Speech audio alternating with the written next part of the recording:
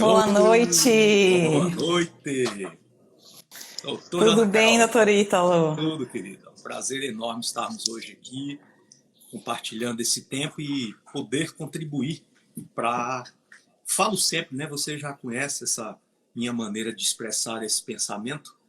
Organizar a biblioteca mental das pessoas, né? Há muita desordem, muitos conceitos que não guardam relação nenhuma com a fisiologia e nós estamos aqui para levar um bate-papo que eu espero que seja proveitoso para todos que estaremos juntos aqui nesse espaço tão bacana e que eu tenho o maior prazer de estar aqui com você. Sem dúvida. Muito obrigada mesmo. É um grande prazer o senhor ter aceitado o meu convite para falar desse assunto num mês que a gente chama muito atenção para essa questão do câncer de mama. E eu costumo dizer que a gente não pega câncer de mama, né? O câncer, ele encontra um terreno biológico Favor. para se desenvolver. Então, alguma brecha a gente deixou na nossa vida, na nossa saúde, enfim, para que esse câncer se desenvolvesse, né? Então, quero agradecer muito a presença do senhor aqui. A gente aprende muito com o senhor dentro e fora de sala de aula, sem dúvida nenhuma, porque realmente o senhor vive esse estilo de vida que o senhor prega. E a gente vê isso claramente, né? Porque as máscaras caem quando a gente realmente não vive esse estilo de vida. Não dura muito tempo, né? Sem dúvida. Então, eu queria agradecer muito, muito essa oportunidade da gente estar conversando. Com certeza essa live vai ficar gravada, né? Uma grande honra para nós. E vamos começar, porque essa 1 hora passa muito rápido, Vamos voando, lá. né? Let's rock and roll. Eu vou só chutar e daí o senhor manda ver. Tá bom, Vamos vamos bater bola juntos começar, que é melhor. né? Vamos começar de uma pergunta básica, tá? O que são hormônios e qual a importância dos hormônios para a saúde da mulher?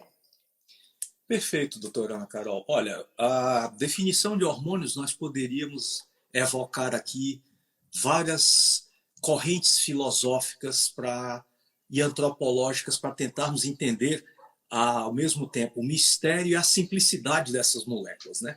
Hormônios são mensageiros, são moléculas sinalizadoras que foram desenvolvidas durante milhões de anos de evolução.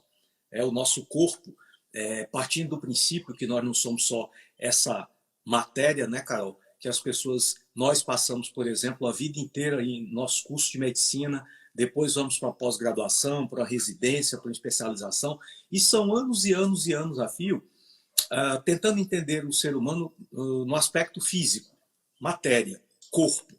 E nós esquecemos que existe uma conexão e uma associação íntimos entre o ser humano corpo, matéria, o ser humano mente, o ser humano espírito. Essas três entidades estão conectadas em uma única estrutura.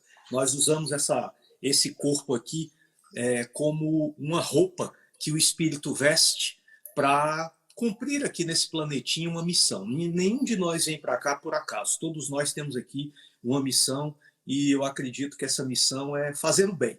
Fazer o bem, proliferar esse bem e deixar aqui descendentes que possam levar a nossa missão em frente e façam melhor do que nós conseguimos fazer. Esse é o aspecto filosófico, né? O aspecto, vamos dizer, espiritual. O corpo, o homem é um espírito que veste aqui nesse planeta uma roupa chamada corpo. Nós médicos estudamos essa roupa chamada corpo. E pelo aspecto filosófico, eu aprendi que os hormônios são as moléculas que conectam o corpo, a mente e o espírito. Olha aí que coisa fantástica, né? Isso não está escrito em livro algum. Eu acabei aprendendo isso depois de anos de percepção, como essas substâncias trabalham para o bem, como essas substâncias são amistosas, como essas substâncias estão sempre querendo o nosso melhor e nós insistirmos em termos sempre medo de coisas que nos fazem viver bem. Pelo aspecto de vista da fisiologia, lá do Guyton, né, lá de como essa máquina funciona, os hormônios são sinalizadores que comandam todos os processos básicos de comunicação dentro do nosso corpo.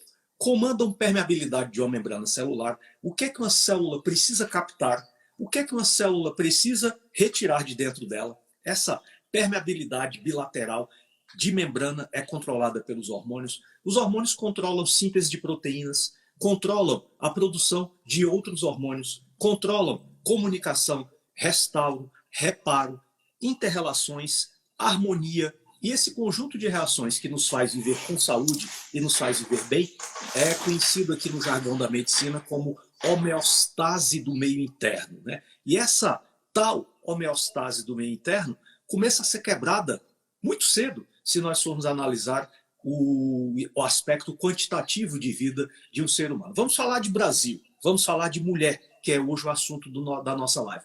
A mulher no Brasil, em média, já tem uma expectativa de 79 anos de vida. Claro, existem aqui vários Brasis, né? Você vai numa cidade como São Paulo, num bairro ali da periferia, que é o Jardim Bandeirantes. No Jardim Bandeirantes, a expectativa de vida de uma mulher é de 51 anos. Você sai do Jardim Bandeirantes, vai para Moema, que é um bairro de classe média alta, e em Moema a expectativa de vida é de 87 anos. Quer dizer, é muito louco o nosso país. Mas considerando o país médio, 79 anos, a partir de 25, 30 anos de idade, a maioria de nós seres humanos, a maioria de vocês mulheres que estão aqui nos assistindo, começa a declinar gradualmente a produção dessas substâncias. E a partir do momento em que essas substâncias passam a ser produzidas em quantidades cada vez menores, vai ser, obviamente, cada vez menor a nossa capacidade de manter todas essas funções em equilíbrio.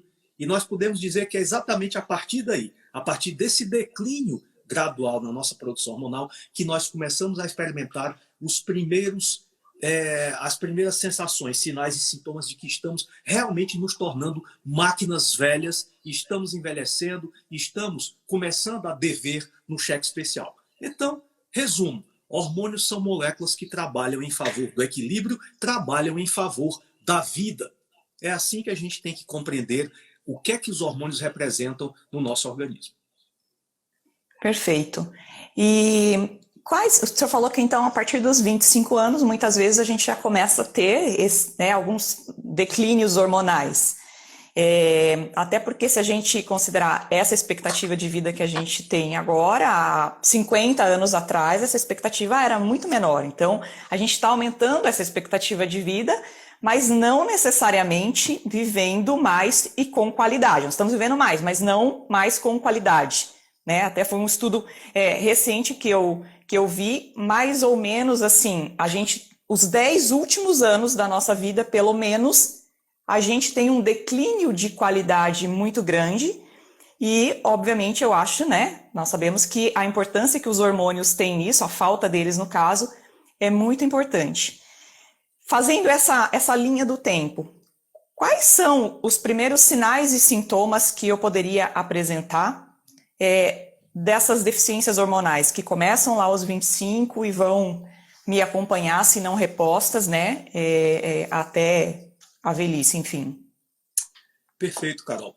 Olha só, se nós formos olhar para o rigor cronológico dessas quedas hormonais, existem hormônios que começam a cair até antes disso. Por exemplo, a melatonina, que é uma molécula sinalizadora regulatória sistêmica. A melatonina ajuda a glândula pineal a manter o controle sobre os sistemas neuronal, reprodutivo, endocrinológico e imunológico. E os estudos apontam que nós, humanos, começamos a declinar a produção de melatonina a partir de 18 a 20 anos de idade. O que é um absurdo. Mas você pergunta, mas doutor Ítalo, por que os hormônios caem tão cedo? Querida, porque a natureza entende que o nosso limite de maturidade reprodutiva é 30 anos. E a partir daí ela diz assim, ó, você já teve a sua chance de deixar aqui melhores genes e cumprir o princípio de perpetuação da espécie. O que nós todos temos que entender aqui é uma coisa bem clara. A natureza não tem o menor interesse em nos manter rígidos e saudáveis depois que nós ultrapassamos 30 anos de idade. Nós viramos uma espécie de peso morto para a natureza. E nós, humanos, aprendemos a dominar conhecimento, tecnologia, entendermos com profundidade o papel que os hormônios exercem no nosso corpo e estamos driblando a natureza, ganhando, como você colocou com total exatidão, ganhando quantidade, mas nós estamos ganhando qualidade. se nós formos fazer um estudo sumário das doenças que mais acometem seres humanos, que mais roubam vidas desnecessariamente, que são as chamadas doenças próprias e inevitáveis da velhice, nós vamos ver que há mais de 150 anos essas doenças incidem nas mesmas idades. Mas era diferente quando o indivíduo tinha, por exemplo, o início da demência senil de Alzheimer aos 58 anos, morria aos 60. Hoje ele continua tendo o início de suspeição de uma doença como essa nas mesmas faixas etárias e está vivendo 20, 30, 40 anos além dessa expectativa. Então isso é um problema muito importante que traz para nós uma visão muito nítida de que nós temos que cuidar de manter os nossos hormônios em equilíbrio o mais cedo possível. Então, voltando ao mote da pergunta, melatonina começa a cair a partir de 18, 20, dehidroepiandrosterona, que é o hormônio produzido nas suprarrenais, que controla mais de 150 funções de restauro e de reparo. A maior parte de nós humanos já estamos com declínio de ideia a partir dos 22, 25 anos.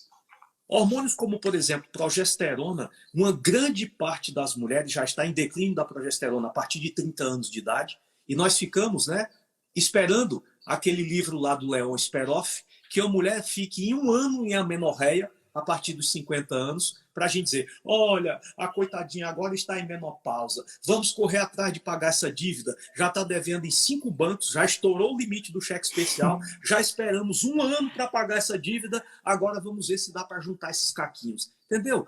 É um modelo de enxergar a saúde muito leniente, muito... como é que eu posso achar a palavra? Ele é muito... passivo. É muito passivo. Ele não consegue enxergar as coisas com precocidade, porque partimos do princípio que todas as pessoas que não sentem nada são saudáveis. Isso é um absurdo completo, né? Saúde está muito longe de ser ausência de sintomas. E ainda mais, Carol, eu tenho certeza que você já tem percebido isso também na sua prática diária. Os hormônios têm caído cada vez mais cedo. Nós já temos visto, agora esse ano, eu já recebi uma parturiente com uma ultrassonografia em 4D. Quando eu vi a foto daquele bebezinho de 32 semanas de gestação, eu vi um hipotireoidismo estampado de maneira ostensiva no rosto daquela criança. Olha só, uma criança com deficiência hormonal ainda dentro do útero da mãe.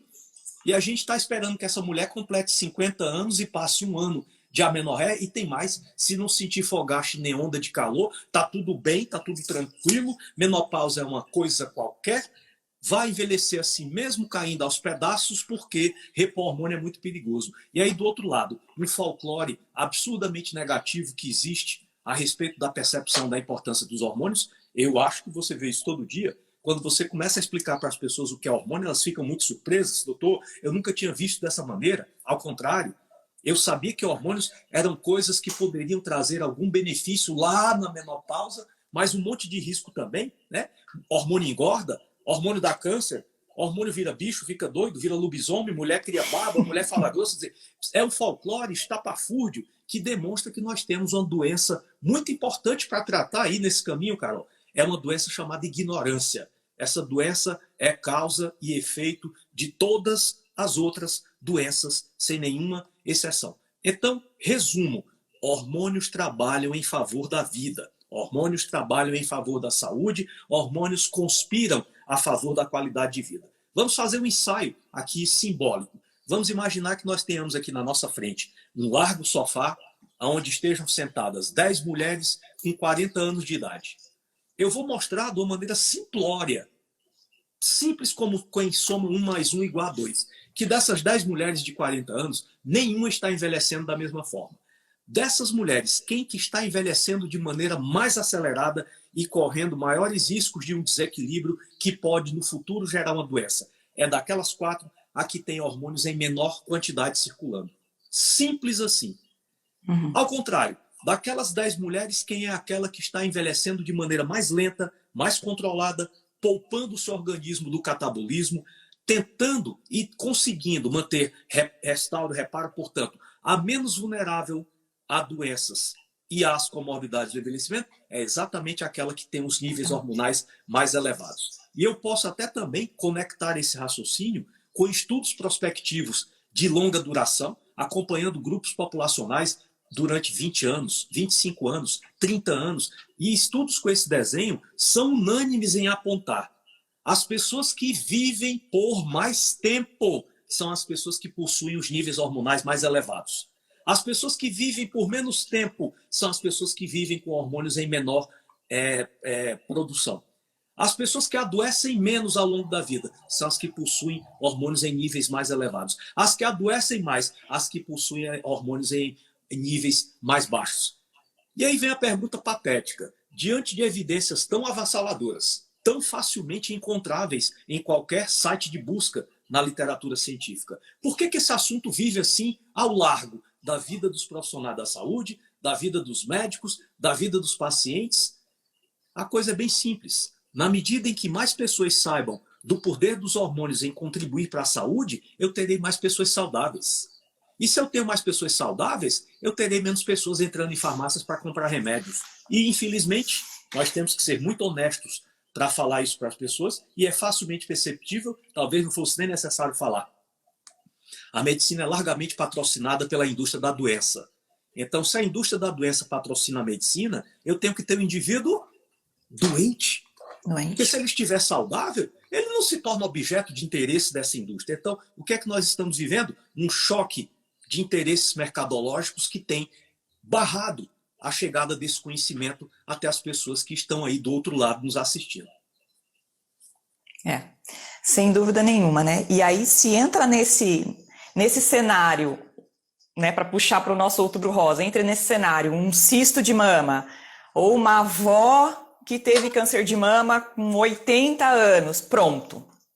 Acabou. Parte dos nossos próprios colegas médicos falarem, aterrorizarem, né? Falarem para essas pacientes: olha, você nunca mais vai poder chegar perto de um hormônio. Mas anticoncepcional, tudo bem. A senhora usou 30 anos e o anticoncepcional não tem problema. Mas a reposição hormonal ou qualquer tipo de reposição hormonal é perigosa. A gente tem visto, eu me lembro quando eu me formei, doutor Ítalo, talvez uma paciente no ano eu atendia com menopausa precoce, com falência ovariana prematura. Atualmente, eu não passo uma semana sem atender uma paciente com falência ovariana prematura. Então, pacientes de 30, 35 anos, 40 anos, com seus ovários não funcionando mais. E aí eu virar para essa mulher e falar assim: olha, você não pode repor hormônio porque você tem um cisto na mama. Ou você não pode repor hormônio porque a sua avó teve câncer de mama. Hormônios são perigosos. Então, de que hormônio a gente está falando? Para quem? Por quanto tempo? Essa pessoa tem inflamação ou não? Nós falamos muito aqui no Instagram, eu procuro falar muito nas consultas, eu sempre falo muito sobre a inflamação crônica de baixo grau, né? E eu ainda recentemente ouvi um colega mastologista que falou assim para mim: mas que raio de inflamação essa daí tá falando? Essa daí tem uma formação boa, mas parece que se perdeu depois que começou a estudar essas coisas. Parece que enlouqueceu. Eu falei: essas coisas, será que são as coisas que a gente tem no nosso corpo? Será que são hormônios, estradiol, progesterona, testosterona? Então, meu Deus, né? Então, é tanto mito que parte dos nossos próprios colegas, da nossa própria classe médica, que não sei nem de onde que vem tanto mito assim, né? Porque se for pegar os estudos ali, o WHI, gente, esse estudo já se atualizou, esse estudo já mudou, já surgiram outros estudos. Será que olhar para a paciente é tão difícil assim? Será que perguntar para a paciente como é que ela se sente é tão difícil assim? Difícil, né? É isso mesmo. Nós estamos, né, Carol, vivendo dias muito sombrios em relação à informação. Principalmente a informação de qualidade, né? Vocês observam, as pessoas passaram a temer tudo que pode nos fazer viver bem. Eu aprendi com um gênio da clínica médica que esse homem contribuiu de maneira tão profunda na minha vida profissional que talvez, se eu voltar a viver igual um gato 7 vezes, eu não vou ser grato o suficiente ao professor Dr. José Murilo de Oliveira Lima, um gênio da clínica médica que me ensinou que medicina se pratica com bom senso, com os ouvidos, com os olhos e com o cérebro. Não é com um monte de pedaços de papel onde lá estão números que não falam nada daquela pessoa que está na sua frente sofrendo e precisando melhorar a sua vida. Dr. José Murilo me ensinou, dentre outras coisas, que aonde o sol entra, a doença sai. Mas de um tempo para cá, a medicina descobriu que o sol faz mal, não é? Depois, quem é que faz mal? O colesterol, que é a matéria-prima que o corpo usa para produzir hormônios, para a síntese da bainha de mielina, que é a capa protetora dos nossos neurônios, para a síntese da bile, para a síntese do hormônio D. O colesterol participa de mais de 300 ações metabólicas no nosso corpo e os estudos prospectivos mostram de maneira nítida as pessoas que vivem mais e adoecem menos são as que vivem com nível de colesterol mais altos possíveis, acima de 250, 260 miligramas por decilitro. E nós amaldiçoamos também o colesterol, transformamos no vilão universal das doenças coronarianas, né? O infarto é uma doença de colesterol, aí a gente vai para aquele lugar que eu gosto de viver, chamado mundo real, e as estatísticas são patéticas. De cada 10 pessoas que infartam, 7 têm um colesterol totalmente normal, não poderiam ter infartado. Aí veja, temos medo do sol, temos medo do colesterol, temos medo dos hormônios e não temos medo de remédios. A coisa é tão patética que não é só o nível do paciente. Eu tenho uma grande quantidade de médicos que são meus pacientes e a semana atrasada em São Paulo, eu atendi uma jovem infectologista de 34 anos de idade, 34 anos de idade, tomando escitalopram, com um nível de cortisol matinal de 0,6. Mas não, hormônios são muito perigosos. Esse talopram não é perigoso, de doutora. A senhora está aqui agora como minha paciente. Preste atenção no que eu vou lhe dizer. Essa substância que a senhora está usando aí aumenta em 650% a possibilidade de suicídio. E ninguém tem medo disso. Isso é uma coisa escatológica, é uma coisa verdadeiramente absurda. O mundo está virado de ponta cabeça. Está faltando inteligência, está faltando utilizarmos o cérebro, está faltando utilizarmos a nossa capacidade analítico-dedutiva, sua formação sólida, Carol, na mastologia. Você vê que as mulheres jovens, uma mulher, por exemplo, na faixa etária 25 a 30 anos, que produz uma quantidade elevadíssima de hormônios, você precisa ver quase 20 mil mulheres normais nessa faixa etária para ver uma mulher com câncer. Nas mulheres com mais de 80 anos, a cada 8 você vê uma mulher com câncer. Que maluquice é essa? O hormônio dá câncer e as pessoas vão explodir a incidência de câncer exatamente quando não produzem mais hormônios. E isso que você colocou. A tia-avó, em 1734, teve um câncer de mama. Essa mulher hoje, em 2020, não pode fazer reposição hormonal porque vai dar câncer. Ei, peraí. Então, hormônios vão dar câncer? Eu tenho que manter a coerência do princípio que eu estou defendendo. Dá câncer? Hormônio é perigoso? Tá bom. Então vamos fazer uma adrenalectomia bilateral, vamos fazer uma tireoidectomia total, vamos fazer uma hipofisectomia total e vamos fazer uma oforectomia bilateral, porque se o hormônio é perigoso, eu não posso deixar eticamente uma mulher dessa sendo mantida viva produzindo hormônio. Eu estou cometendo um equívoco de incoerência do meu raciocínio. Espera aí. Então, o hormônio dá câncer e você deixa essa mulher com os ovários? Você está maluco? Como é que você deixa essa mulher com os ovários para ela ter um câncer? Por que é que você não manda fazer uma oforectomia bilateral para diminuir o risco de câncer? Você entendeu? Quando você aperta, quem defende esse tipo de raciocínio estapafúrdio, você vê que não tem sentido algum a gente ter medo de coisas que nos fazem viver bem, nos fazem viver com saúde. Agora, o ponto básico da sua colocação é exatamente isso. As pessoas não sabem exatamente o que é hormônio. O que é que são hormônios? As pessoas acham que estão tomando anticoncepcional, elas estão tomando hormônio, não estão tomando hormônio coisíssima nenhuma. Elas estão tomando um remédio que tem ação hormônio símile, mas que produz no nosso corpo, caso específico das mulheres, reações completamente antifisiológicas. Você sabe muito bem, Carol, estou falando nem a novidade. Uma mulher que começa a tomar anticoncepcionais com menos de 20 anos de idade, ela tem uma chance 275% maior de desenvolver um câncer de mama quando ela chegar na menopausa. Os anticoncepcionais são remédios que alteram toda a biologia hormonal e mais ainda, no momento em que a mulher começa a tomar anticoncepcional, nós estamos colocando essa mulher numa menopausa química. Isto é gravíssimo. Nós estamos contribuindo para impedir que uma mulher produza hormônios de maneira espontânea e de maneira natural. Então, são medicamentos, não são hormônios, que trabalham contra a vida. E essas drogas foram institucionalizadas e banalizadas ao ponto que as mulheres tomam até hoje como método contraceptivo, pílula do dia seguinte. A mulher não quer menstruar no mês seguinte porque tem uma festa, suprime a menstruação com anticoncepcional. Os ginecologistas tratam ovário polimicrocístico com anticoncepcional, dismenorreia com anticoncepcional, cistos ovarianos com anticoncepcional, qualquer condição que fuja da rotina, o médico não conhece fisiologia, vai tapar o sol com a peneira passando anticoncepcional. Nós estamos... Dermatologista tratando acne com anticoncepcional. Acne com anticoncepcional. Nós estamos destruindo essas mulheres em nome da ignorância à fisiologia. E o pior, essas substâncias execráveis, abomináveis, estão dentro do mesmo balaio dos hormônios. De hormônio. O sujeito chega na academia, enfia um estanazolol, enfia um oxandrolona, fica do tamanho de um guarda-roupa, esse sujeito sai por aí dizendo que usa hormônio. Ele não está usando hormônio, ele está usando drogas venenosas que estão provocando um efeito antifisiológico.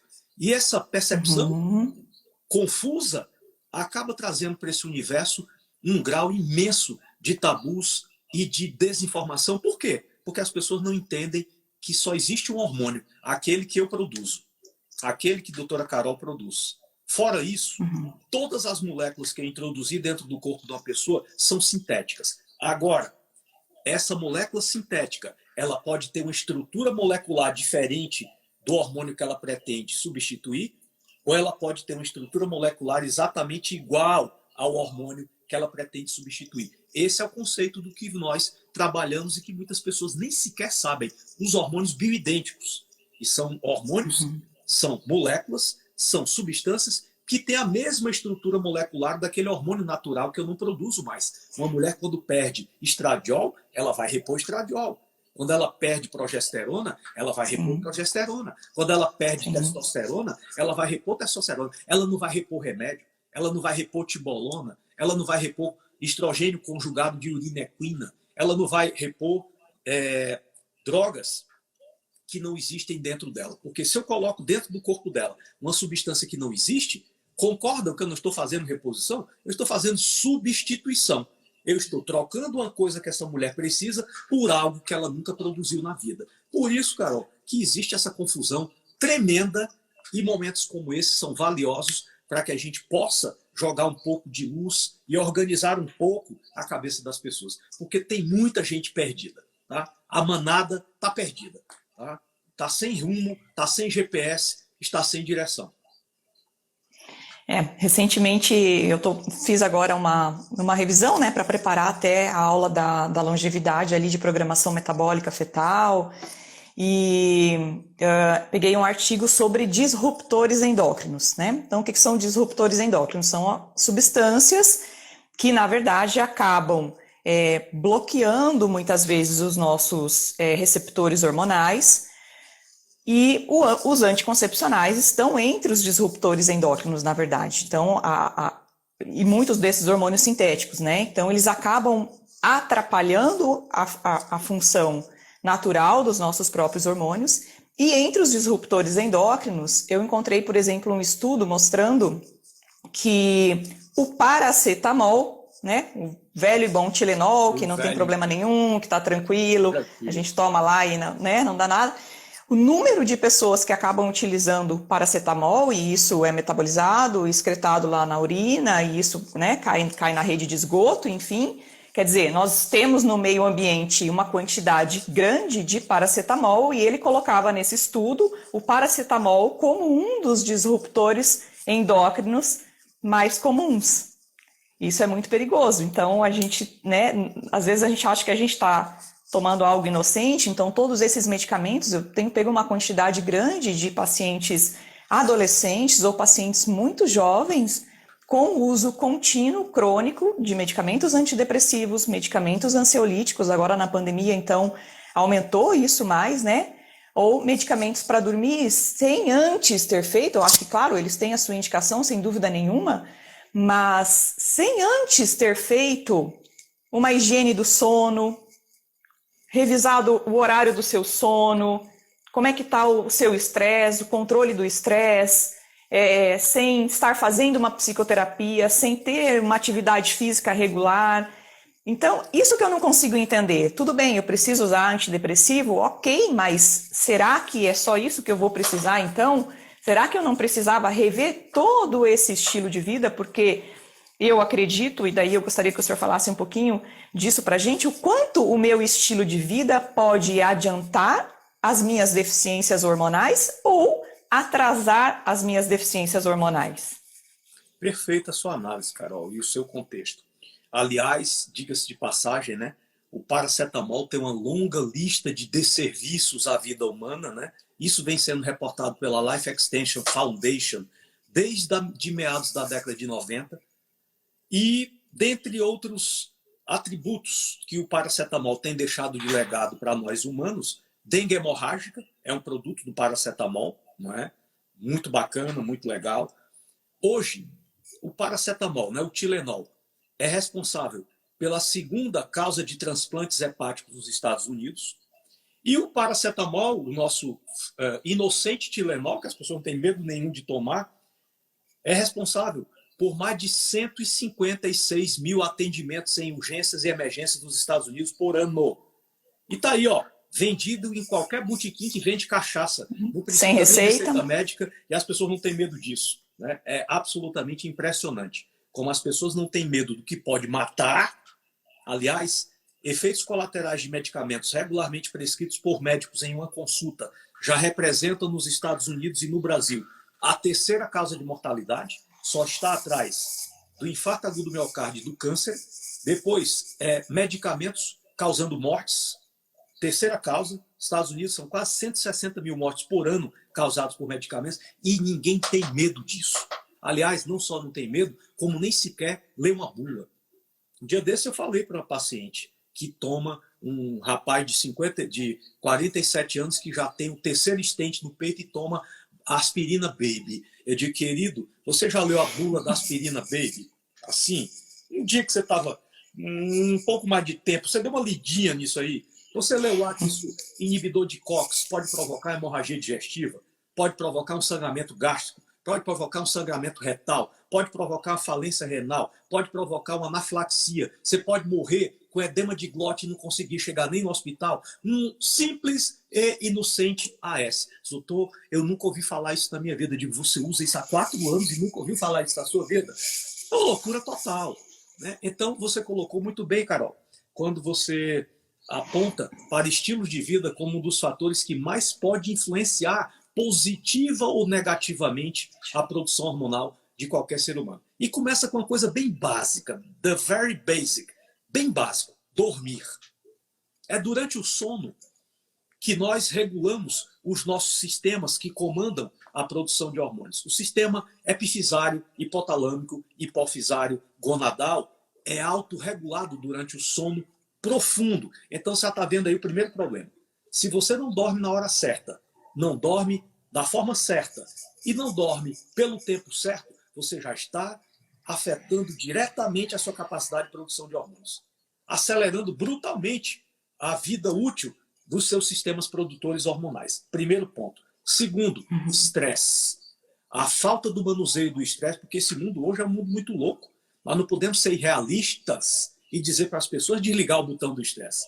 Mas nós temos que ensinar para as pessoas o papel que o estresse exerce de forma deletéria nos nossos sistemas de regulação hormonal. O estresse mal resolvido, o estresse crônico descompensado é um dos mais importantes inimigos que uma pessoa pode ter contra a sua própria vida e a sua própria produção hormonal. Depois, a alimentação. Óbvio, os hormônios pertencem a 4 grandes famílias. Os hormônios são eicosanoides, esteroides, proteico-derivados, aminoácido-derivados. Para qualquer uma dessas famílias, eu tenho que ter matéria-prima. Eu tenho que ter ácidos graxos de cadeia curta, eu tenho que ter acetilcoenzima A, eu tenho que possuir proteínas de boa qualidade, eu tenho que ter aminoácidos de boa qualidade. E se eu não tenho isso na alimentação, você pensa que quando você chega numa lanchonete e pede um McLish infeliz, você está comendo algum alimento? Não, você está comendo um monte de coisa que a gente não sabe nem o que é que tem ali. Já ouvi falar até de papel picado, de jornal, dentro daqueles hambúrgueres. E as pessoas acham que aquilo é alimento. Né? E aí, se alimenta mal. dorme mal, é estressado, não consegue dimensionar o tempo. Óbvio, fatores genéticos também influenciam. Uma pessoa pode ter uma propensão genética a produzir hormônios por mais tempo ou menos tempo, mas isso pode ser amplamente modificado por intervenções epigenéticas. Maus estilos de vida podem fazer com que a pessoa que tenha uma capacidade genética de produzir hormônios por mais tempo caia essa produção mais cedo. Uso de drogas. O que você colocou muito bem, disruptores endócrinos, xenoestrogênios, alumínio, plástico, bisfenol, medicamentos, Tilenol, todas essas substâncias vão atrapalhar os receptores hormonais e vão mandar mensagens equivocadas lá para o sistema de controle central de que eu não preciso produzir um hormônio porque o receptor daquele hormônio está ocupado. O uso de drogas como os soníferos, os ansiolíticos, os antidepressivos, os moduladores da recaptação de serotonina, os antidepressivos, todos esses medicamentos afetam o sistema central de controle hormonal. Alguns alimentos como soja não fermentada, alguns alimentos como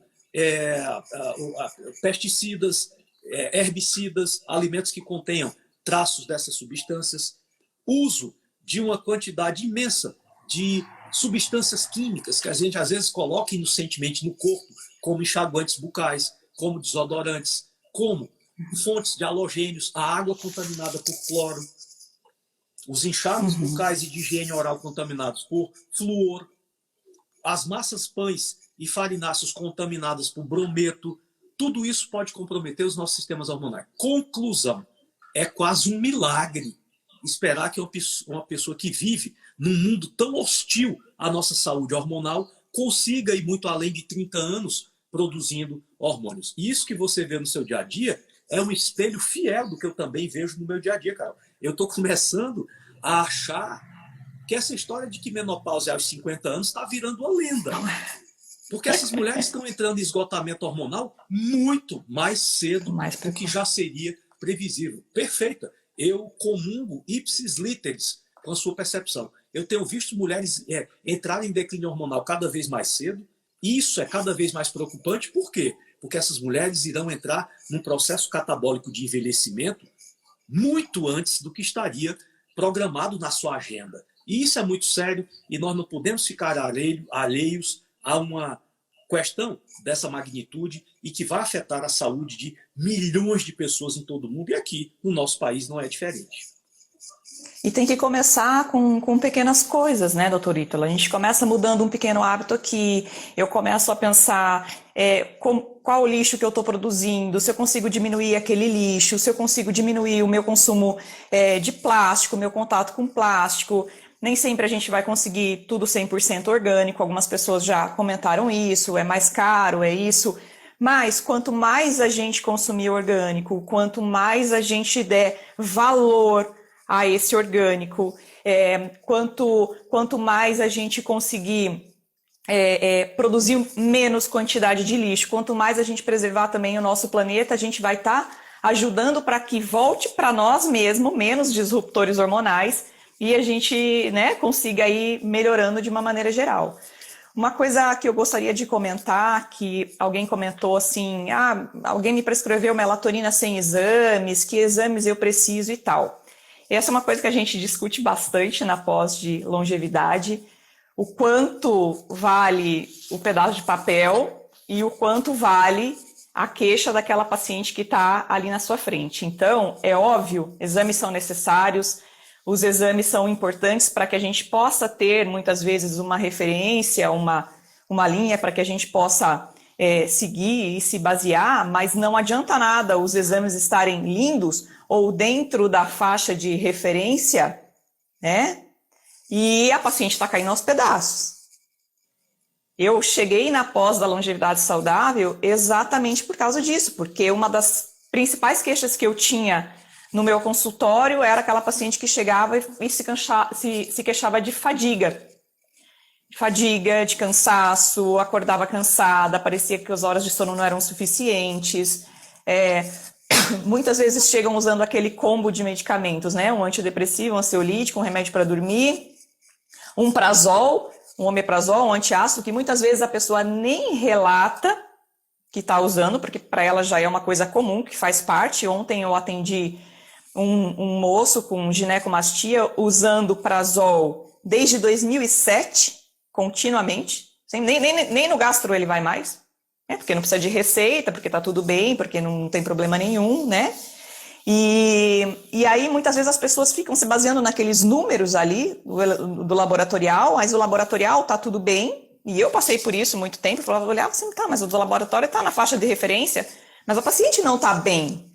Então, será que eu realmente preciso sempre de exame laboratorial, ou eu só posso prescrever uma reposição, ou qualquer coisa que eu ache, se o laboratório tiver alterado?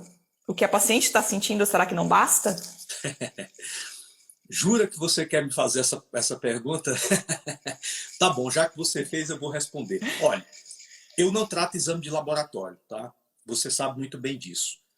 Quem paga a consulta para vir até a minha clínica é o paciente. Então, eu trato esse ser humano que está na minha frente.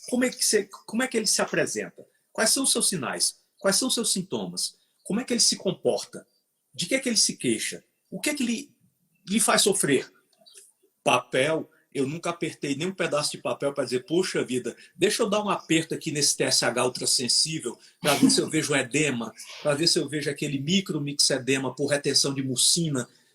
O laboratório não me permite desenvolver o raciocínio clínico, analítico, dedutivo. Você colocou muito bem, nós não somos contra exame de laboratório, mas o exame de laboratório, o nome dele já diz, é um exame complementar ao diagnóstico. O que significa isso? Quem tem que dar o diagnóstico é esse processador aqui chamado cérebro. E quanto mais você usar o cérebro, você vai descobrir que você precisa menos de exame de laboratório. O exame de laboratório, ele tem que ser usado, primeiro, de maneira cuidadosa, de maneira dinâmica e não estática. O que é dinâmico? Quando aquele número traz algum grau de coerência com o que aquela pessoa sente, com o que ela manifesta de sinais e sintomas, o exame consegue ter coerência com a clínica, ele tem um peso maior na decisão. Mas, às vezes, o exame é neutro. Ele nem atrapalha, mas ele também não ajuda.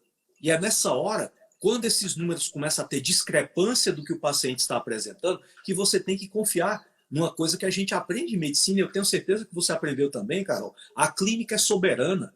O professor José Murilo me ensinava isso todo dia. Todo dia. Disse, olha, eu vou ensinar isso até um dia você entender. A clínica é soberana, a clínica é soberana, a clínica é soberana, a clínica é soberana. E de tanto aquele cara fazendo lavagem cerebral na minha cabeça, bingo, eu acabei aprendendo que a clínica é soberana.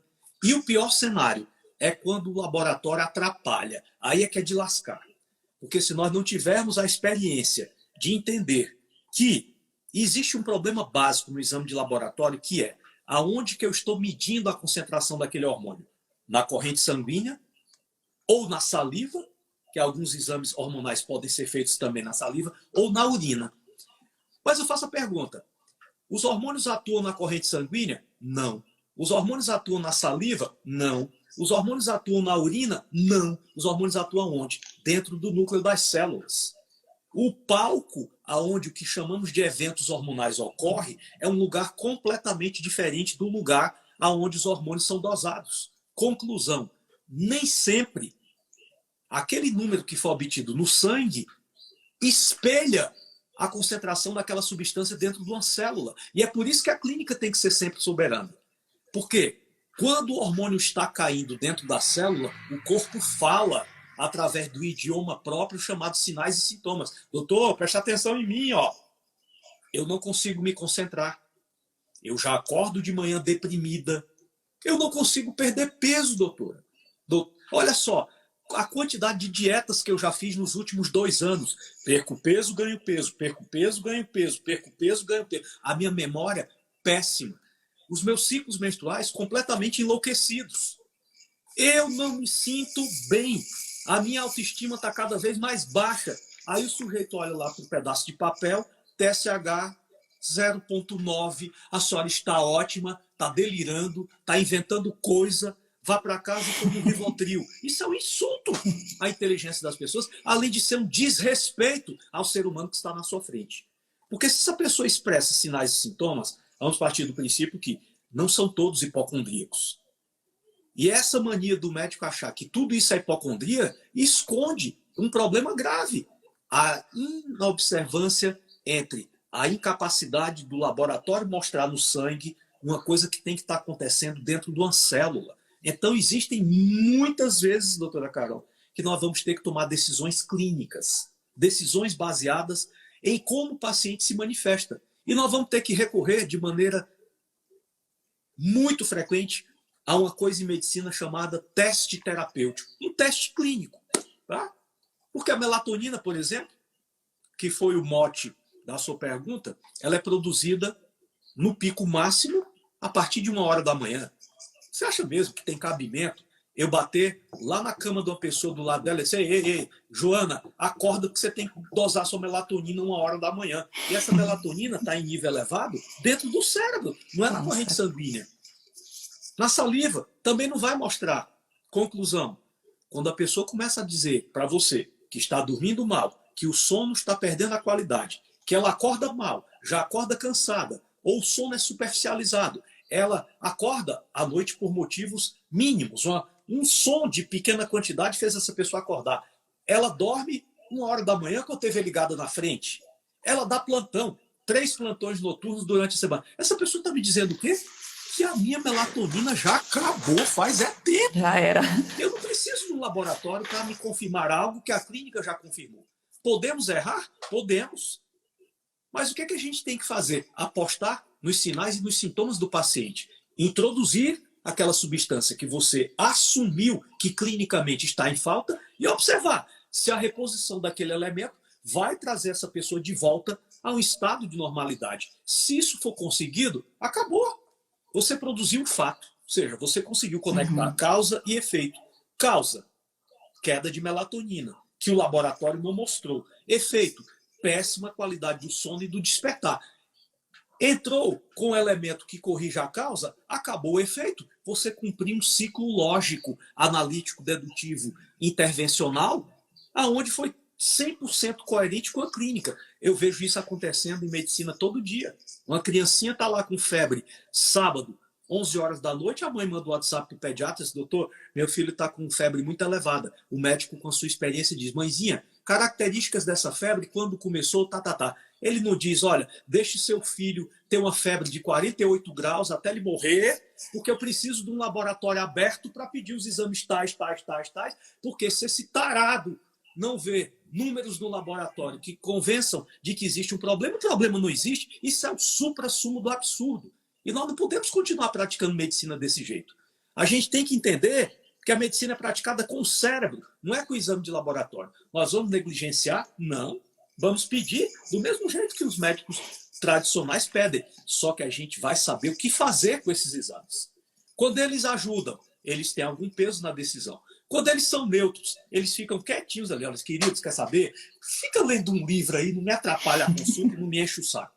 E o pior cenário, quando o laboratório ofende a inteligência. O laboratório dá um número que não tem coerência nenhuma com o que essa pessoa está sentindo. Nesse momento, eu ponho o laboratório para fora da minha sala e ele vai aguardar o final da consulta lá na recepção. Digo, ó, querido, você pega esse monte de papel aí, bota lá fora para ficar passando o tempo enquanto a consulta termina aqui, porque eu não vou levar esse número em consideração para tomar a decisão. Então, é isso que a gente precisa resgatar na medicina. A capacidade de praticar medicina usando o bom senso, olhando de novo para as pessoas, buscando mantê-las saudáveis e não simplesmente esperar pelo controle do sintoma e do sinal de uma doença desnecessária com um remédio mais desnecessário ainda. Você lembra essa história, eu conto muito lá na pós, do Dr. Gilbertinho, fez o curso introdutório com 88 anos de idade, ele escreveu um livro da medicina que eu vivi, um médico famoso lá de Ribeirão Preto, uma lenda da medicina, aqueles médicos antigos, sabe? Que detectavam o que estava acontecendo, olhando as pessoas, escutando, tratando pelo nome, examinando, auscultando, palpando. Aquele médico jurássico, o doutor Gilbertinho dizia assim, meu filho, se remédio prestasse, se chamava curédio, não remédio. Remédio serve para remediar. Essas lições básicas que a gente precisa resgatar, doutora Carol. É isso que a gente precisa resgatar na medicina. E o que eu costumo falar para as minhas pacientes muito é que, assim, essa medicina, né, uma medicina realmente mais preventiva, que a gente não quer que aquela paciente chegue caindo aos pedaços para que a gente possa fazer algo e oferecer algo, é uma medicina que a gente precisa da paciente como parceira. Eu vejo a paciente como parceira, não é uma relação onde o médico é mais forte, domina e a outra pessoa tem que aceitar. Não, aqui a relação exatamente é igual para igual, nós somos parceiros, então muitas vezes nós vamos discutir, às vezes a gente vai testar, né? Alguém perguntou, como sabe a dose de melatonina? A gente tem mais ou menos uma dose baseada naqueles sintomas, mas muitas vezes, né, a minha mãe mesmo, 1 miligrama de melatonina para ela é muito, meio miligrama é suficiente. Outras pessoas vão precisar de 3, outras pessoas um pouco mais. Pacientes durante químio e radioterapia, tem muitos estudos mostrando, por exemplo, a diminuição dos efeitos da radioterapia localmente com uma dose maior de melatonina. Então, às vezes, a gente pode colocar durante aquele período uma dose de melatonina como um efeito antioxidante, por exemplo, não necessariamente, porque a melatonina não vai sedar a paciente. Se você tomar e ficar com esse ring light aqui aceso na sua cara, com a TV ligada, você não vai dormir. Então, o que a gente tem que entender é que é todo um contexto, a gente tem que estar com todos esses pilares em equilíbrio. A alimentação, a atividade física, a minha higiene do sono. Não é só eu tomar melatonina e deitar lá assistindo TV e achar que vai estar tudo bem, não tá, né?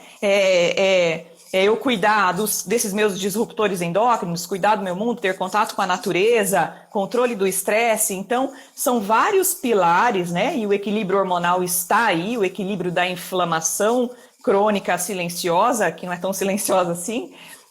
Na verdade, os hormônios, inclusive, têm ação, muitas vezes, anti-inflamatória, e muitas vezes a gente precisa deles num nível um pouco melhor para que a gente consiga até obter esse controle da inflamação de baixo grau. Então, mas é o equilíbrio que a gente não quer nada dominando e nenhum, né? A gente quer essa relação de parceria com a paciente. Então, para a gente ter realmente um bom resultado, a gente precisa dessa parceria, né, doutor Ítalo? Perfeito, exatamente isso. É uma questão multifatorial, né, Carol?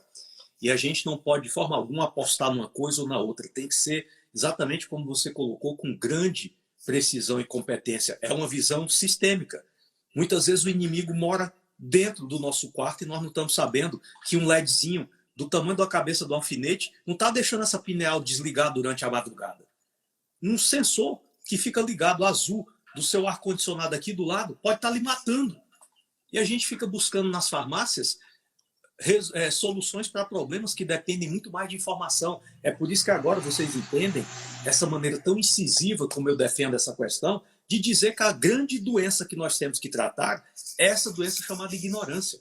As pessoas têm que saber aonde moram os inimigos. O inimigo está aqui, ó. Esse aparelhinho maravilhoso que está permitindo que essa transmissão seja feita para pessoas do mundo inteiro, esse negócio aqui é tremendamente ofensivo à nossa saúde. Pra vocês terem uma noção, 24 horas de exposição acumulada ao celular, com o seu rosto a uma distância menor do que 50 centímetros. Eu não sei se vocês perceberam, eu estou a mais de 50 centímetros de vocês, minha cabeça está a mais de 50 centímetros dessa tela. Operar um celular a minha não. a menos de 50... A sua não, né? Operar um celular a menos de 50 centímetros, a cada 24 horas, o seu corpo se expõe a uma quantidade de radiação ionizante equivalente a 1.600 radiografias de tórax. Isso é um absurdo. Leite de vaca é um absurdo. Óleo de cozinha é um absurdo. Glúten Açúcar é um absurdo. Açúcar é um absurdo. Bebida alcoólica é um absurdo. Fumar é um absurdo. Sedentarismo é um absurdo. Dormir mal é um absurdo. Se alimentar mal é um absurdo. Ser dominado pelo estresse é um absurdo. Ter maus modelos mentais é um absurdo. E onde que tudo isso vai dar? A aceleração do catabolismo do envelhecimento, perda da qualidade de vida, antecipação de doenças e viver cada vez pior, dependendo cada vez mais de remédio. É isso que eu quero dizer quando eu falo dessa doença chamada ignorância. É as pessoas não terem a noção de que estão hoje cercadas de inimigos que estão trabalhando fortemente contra a sua saúde, contra a sua vida, e achar que está tudo bem e ter medo de hormônio. É totalmente insano. Então, é isso que eu me refiro quando eu digo organizar a biblioteca mental. Tá tudo fora de ordem e a gente tem que botar os livrinhos no lugar certo, nas prateleiras, na ordem certa. Senão as pessoas não conseguem pensar. Exatamente. Deixa eu dar uma olhadinha nessas duas perguntas que tem na caixinha aqui, doutor Ítalo. Tá bom. Doutor Ítalo, atende online, doutor Ítalo? Sim, claro, no mundo atual, a gente tem que ser darwiniano, né? E hoje eu adoto um modelo híbrido de atendimento, procuro alternar consultas presenciais, porque não pode ser 100% online, né, Carol? A gente tem que ver essas pessoas uma vez ou outra, e dependendo da condição clínica dessa pessoa, a gente adota um modelo híbrido. Consultas que podem ser feitas ora por teleconsulta, ora presenciais, mas atendo sim. Maravilha. E a Ivanilde fez um comentário ali de que talvez, né, a reposição hormonal seja muito cara em algumas situações.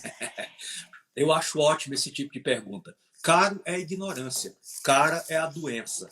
Essa percepção, aliás, de caro e barato, ela é uma percepção muito subjetiva, porque ela envolve, Carol, elementos como a cultura, o conhecimento, princípios, crenças, valores.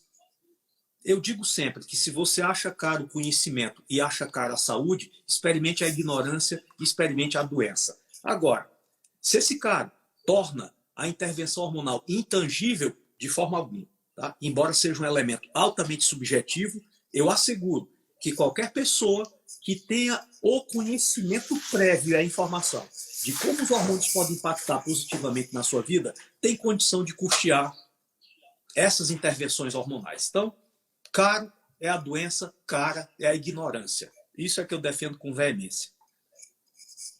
Maravilha. Temos apenas 2 minutinhos. Eu com certeza ficaria aqui mais umas 24 horas conversando. A gente adora ouvir o senhor. É muito bom, né? E aí queria que o senhor deixasse uma última mensagem aí para as mulheres do Outubro Rosa. Temos muitas pacientes aqui nos ouvindo, que são minhas pacientes de câncer de mama, que eu já tratei de câncer de mama.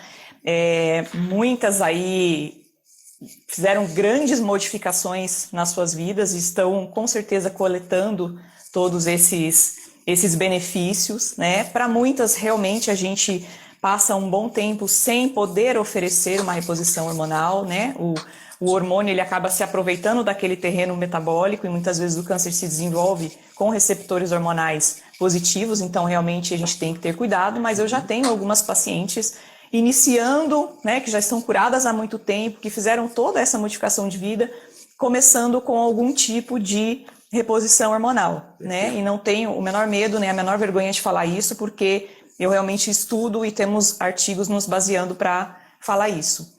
Então, gostaria que o senhor deixasse aí uma última mensagem para nós, nesse último minutinho, para essas mulheres que realmente mudaram a vida delas após o câncer de mama. Mulheres, nós não podemos ter medo de viver bem e nós não podemos ter medo de substâncias que circulam naturalmente dentro do nosso corpo.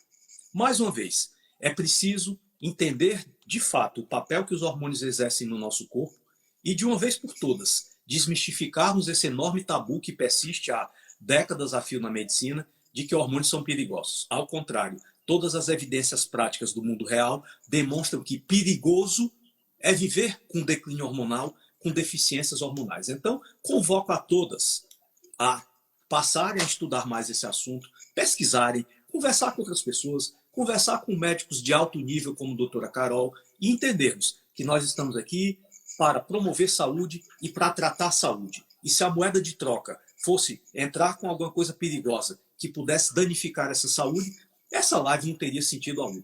Então, mais uma vez, Carol, obrigado por esse tempo e a mensagem final. Hormônios trabalham em favor da vida. É isso que deve ficar aqui como mensagem final. Gratidão, obrigadíssimo pelo seu tempo. Uma honra estar aqui nesse espaço com você. Que Deus abençoe e ilumine sempre